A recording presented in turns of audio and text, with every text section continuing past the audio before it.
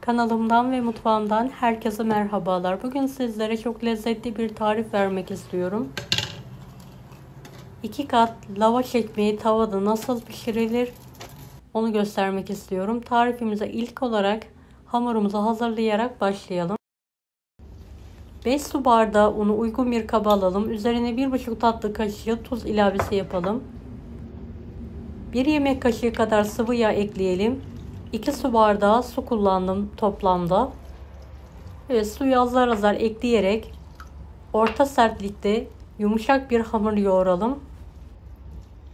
Evet, hamuru yoğurarak toparlamaya devam edelim.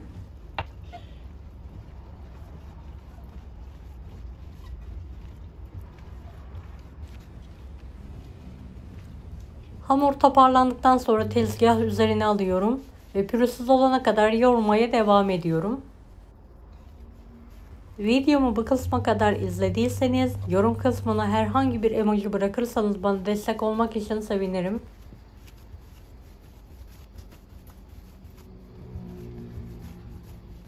Evet, hamur toparlandıktan sonra yoğurmaya devam ediyorum. Gördüğünüz gibi elastik, pürüzsüz bir hamur elde ettim. Hala devam ediyorum yoğurmaya. Yeteri kadar yoğurduğum hamuru hamur kesme aparatıyla 32 eşit bezeye kesiyorum. Dilerseniz bezeleri biraz daha büyük tutabilirsiniz. Tavanıza göre kendiniz ayarlayabilirsiniz. Ben küçük bir tavada pişireceğim için küçük bezeler halinde kesmeye devam ediyorum.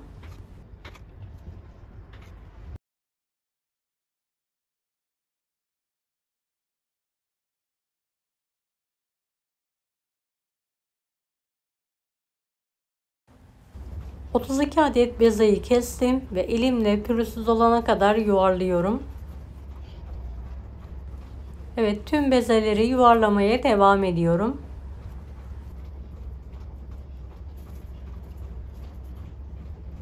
Bezeleri ne kadar güzel yuvarlarsak o kadar güzel, lezzetli bir lavaş ekmeği elde etmiş oluruz. Bu önemli bir püf noktası.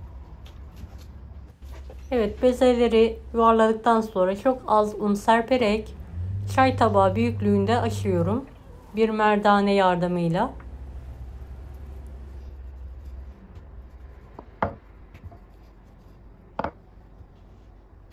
Evet, tüm bezeleri aynı boyuta gelene kadar açmaya devam ediyorum.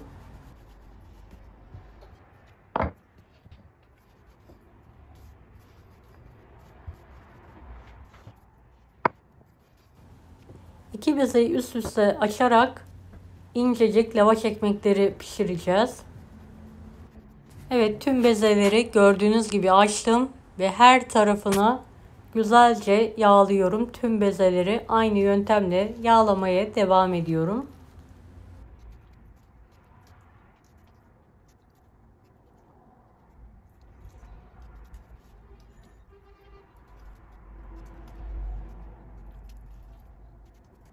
Evet, çok fazla yağ sürmenize gerek yok.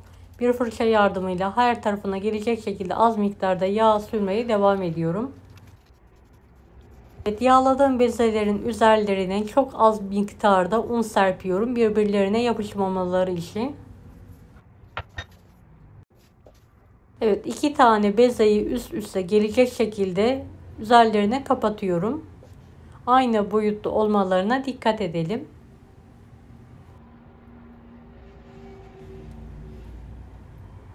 Evet, bu yöntemle çok kısa sürede lavaşlarımızı açıp pişireceğiz.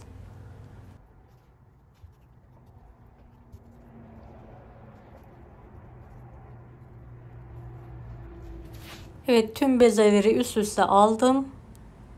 Gördüğünüz gibi çok az un serperek oklava yardımıyla kenarlarını kaydırmadan açmaya çalışıyorum.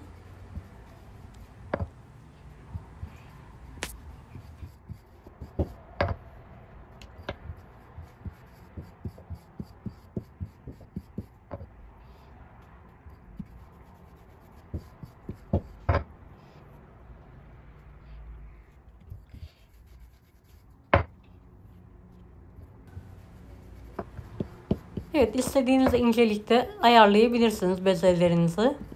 yufkalarınızı. Evet, böyle 5-6 tane olana kadar açmaya devam ediyorum. Tavamı da ocağa aldım ve ısıtmaya bırakıyorum bu aşamada.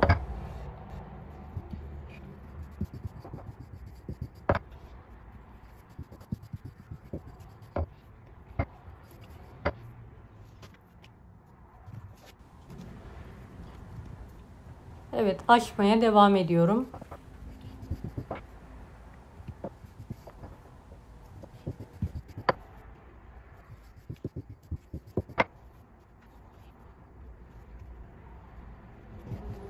Evet, ısıttığım tavaya ilk açtığım yufkayı koyuyorum ve 30 saniye sayıyorum.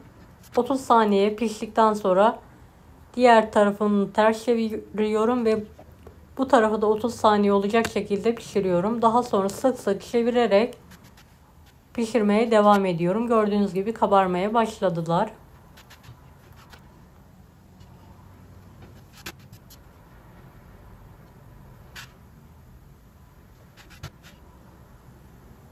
Evet, kenarlarından artık açarak ayırıyorum ve bir tabağa alıyorum. Bu şekilde tüm bezeleri, lavaşları pişirmeye devam ediyorum aynı teknikle.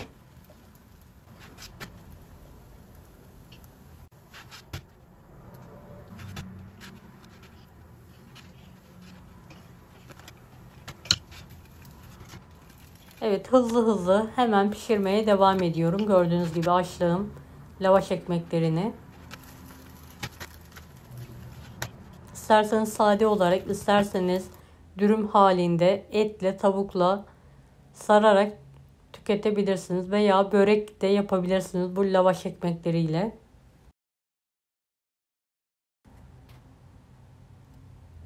Evet, pişirmeye devam ediyorum.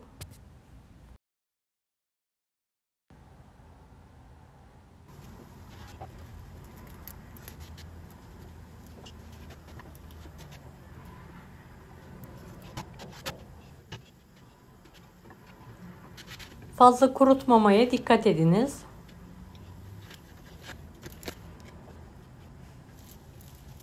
Evet, bir yandan pişiriyorum, bir yandan da açıyorum. Bu sonkileri oklava kullanmadan veya merdane kullanmadan elimle rahatlıkla açıyorum gördüğünüz gibi. Dinlendiği için elimle bastıra bastıra istediğim büyüklüğe getirerek açıyorum. Bir yandan da pişiriyorum. Çok hızlı bir şekilde pişiyor ve açılıyor gördüğünüz gibi. Dikkat edin, eliniz yanmasın.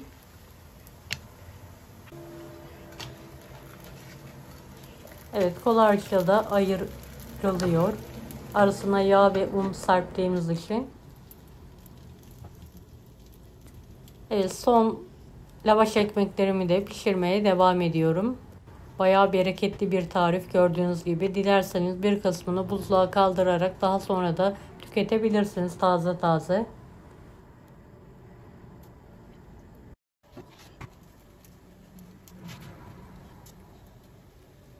Evet, son lavaş ekmeklerimi de pişirdim.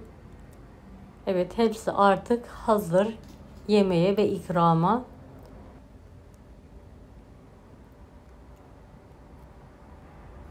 Evet, bir de yakından göstermek istiyorum sizlere. Evet, üst üste alarak muhafaza edebilirsiniz. Deneyecek olanlara şimdiden kolaylıklar dilerim. Kanalıma ücretsiz abone olmayı unutmayın. Bir dahaki videolarda görüşmek üzere. Allah'a emanet olun. Hoşça kalın.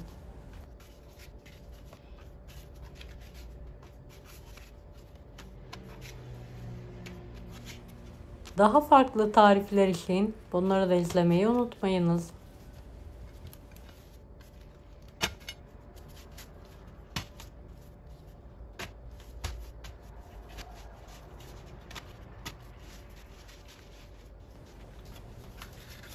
Afiyet şifa olsun herkese.